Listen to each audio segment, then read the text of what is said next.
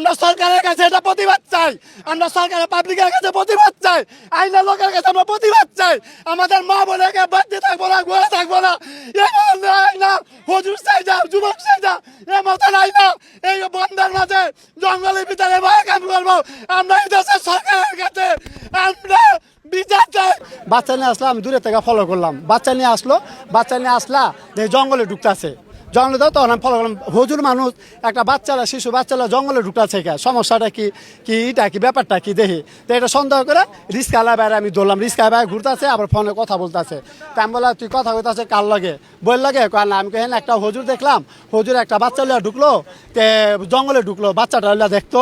কলা হয় আমি হ্যাঁ খুঁজতাছি, হ্যাঁ আমি খুঁজতেছি। তাহলে আমরা ভাই আহান যাই, তাহলে আমার শরীরে শক্তি নেই, আমি অসুস্থ মানুষই। তা আমাদের রিস্কালা বাইরে করলাম, বলে তুই ঢুকে গিয়া দেখে ওই আপনি পেন খুলা যেগুলা ব্যবহার করতে আছে। পরে দেখা তো মনটা দুঃখ লাগলো আমাদের মা বোন কেন রাস্তাঘাটে চলতে পারবো না কেন?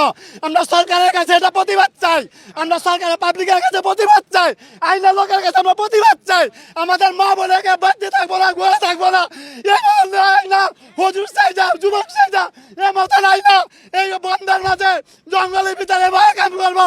আমরা এই দেশের সরকারের কাছে আমরা বিচার চাই। একটা লোক আইছে, আওয়ার পরে বলতেছে একটা মোল্লা একটা ছোট বাচ্চারে নিয়ে ভিতরে ঢুকছে। তা আমি বললাম তা আসেন, হ্যাঁ হলো সাহস নেই। পরে আমি রিক্সা রাইখা ভিতরে ঢুকছি, যা দেখি এই পিচির সাথে ওই খারাপ কাজ করতেছে। কাজ করার পরে শহরে ধরে নিয়ে গেছি। আমি একলা পারি না, ভাই একটু সহযোগিতা করছে। পরে নিয়ে যাওয়ার পরে মেন রাস্তায় বাইরে হয়েছি। হ্যাঁ, ভাইরা আইসে, আওয়ার পরে স্যারেরা আর কি র্যাব ডাইন সাইডে ঢুকছিল। হেরাবার আওয়ার পরে জিজ্ঞেস করছে কি হয়েছে, পরে বলছি। পরের পরে হ্যাঁ র্যাবের সহযোগিতা লইছি আমরা।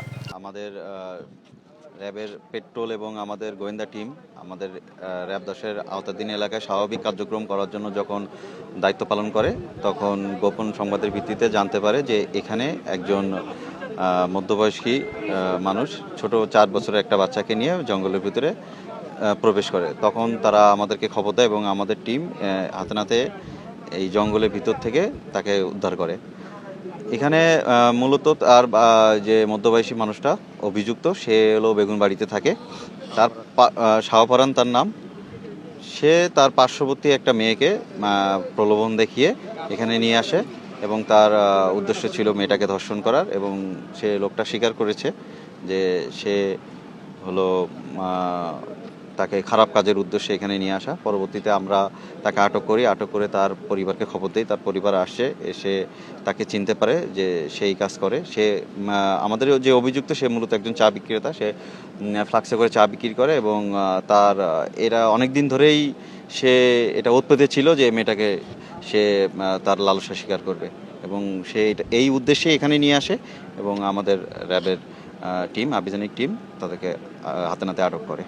এখন এই বিষয়ে আমরা ভিকটিমের পরিবারকে খবর দিয়েছি, তারা এসেছে এবং এই বিষয়ে থানায় নিয়মিত মামলা রুজু হবে।